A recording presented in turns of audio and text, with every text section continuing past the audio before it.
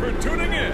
Compared to the golden days of PlayStation and PlayStation 2, when games like Resident Evil, Dino Crisis, Fatal Frame, and Clock Tower all shared the spotlight, traditional survival horror games have somehow fallen on life support. Hoping to remind audiences of its hair-raising history, Konami resurrects two acclaimed horror titles with the Silent Hill HD collection. The results will undoubtedly strike fear among dedicated fans, though not quite for the reasons you'd expect. You're supposed to be the big man around here. How's a little girl like me supposed to help?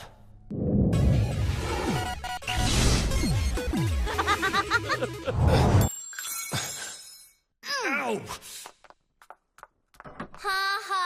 While the games are part of the same Supernatural series, the stories for both Silent Hill 2 and 3 are unrelated. Silent Hill 2 tells the story of a man named James Sunderland in his search for his wife, Mary. There's a catch, of course. She's been dead for 3 years. Didn't you say she died? Oh yeah, 3 years ago. After inexplicably receiving a letter from Mary asking him to meet her at a special place in the sleepy town known as Silent Hill, he decides to take the bait and travel there. After all, what could go wrong? The game begins in the grimiest, most disgusting-looking bathroom known to man, which makes one thing abundantly clear. James is going to see this thing through, no matter the cost. Mary, could you really be in this town? Silent Hill 3 follows the story of an exhausted-looking teenager named Heather, who tries to piece together her fragmented past while experiencing a series of flashbacks and nightmarish visions. Both Silent Hill 2 and 3 rely heavily on audio cues, crafty camera work, and nods to horror films to keep players on edge. While the stories are not entirely coherent in both games, that's sort of the point. You'll question what's real and what isn't, whether the protagonists are actually seeing what they're seeing, or if the desperate need for answers may be triggering some rather disturbing hallucinations. As you progress in both games, there are enough twists and turns to keep you gripping your controller. I've never been so scared in my whole life.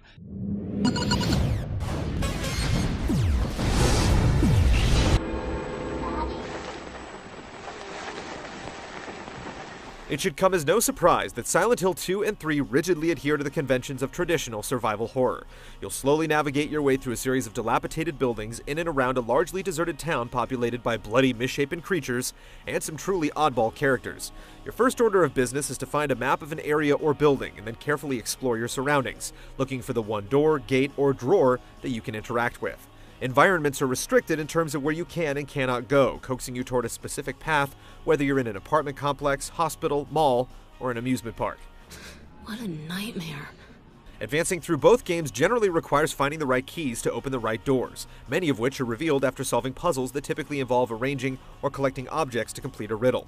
Both games also offer a limited amount of weapons and ammunition, requiring you to quickly decide when it's best to flee or fight.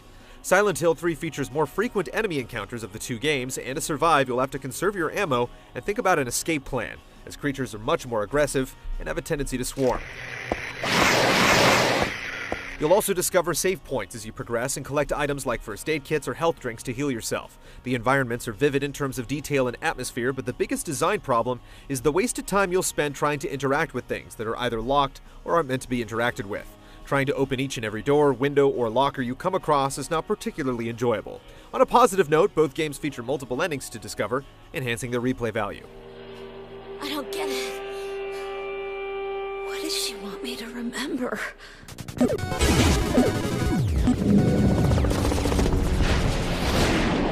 Ow!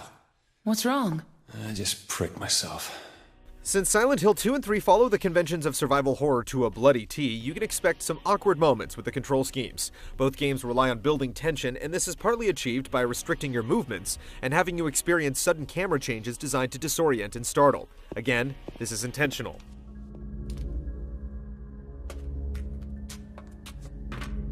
Movement by default has you spinning the protagonists around like a top until they're facing the right direction, then pushing the pad or analog stick in one direction to have them walk forward. Silent Hill 3 has a more diverse selection of weapons, but combat isn't particularly deep in either title, as the emphasis is on trying to make it through a scene rather than eliminating every threat you run across. You'll shoot or swing at an enemy once or twice, kick it when it's down, and move onward. You'll be able to detect enemies using a radio with the sound of static indicating their presence, and use a flashlight to illuminate darker areas. Weapons range from a wooden plank and steel pipe to a pistol and shotgun, and characters can turn 180 degrees, guard, and sidestep left and right to defend against enemy attacks. Yet the most useful control option is the run button, as neither character has the stamina and physical prowess to endure prolonged battles. I just ran because I was scared.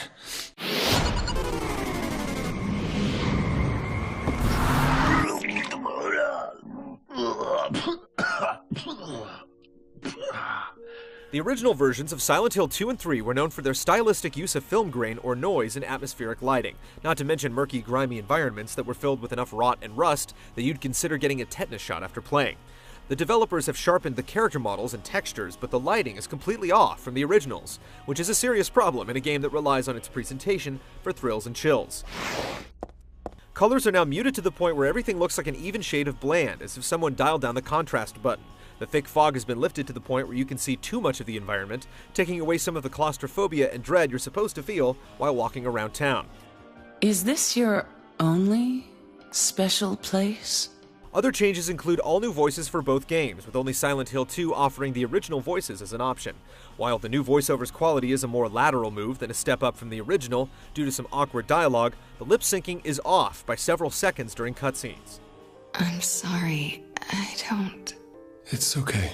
More troubling is the inconsistent frame rate for both titles, which takes a dip at times when characters start running or multiple enemies appear on the screen simultaneously. This was not a problem in the original versions, only these supposedly enhanced versions. Even the sound effects, which play an integral role in the suspense, are off or have been altered for no apparent reason.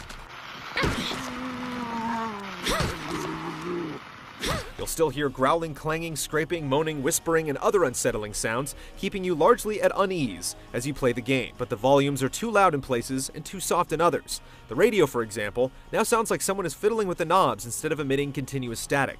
It's a choice that was likely made to make players more uncomfortable, but it's more of a needless distraction.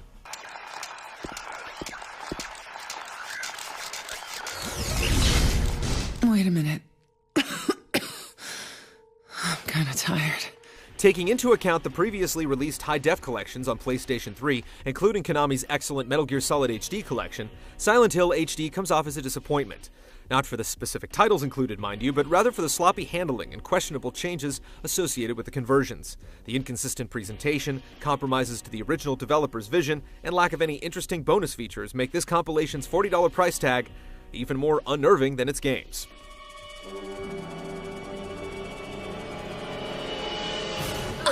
No. Forget it. This is way too gross.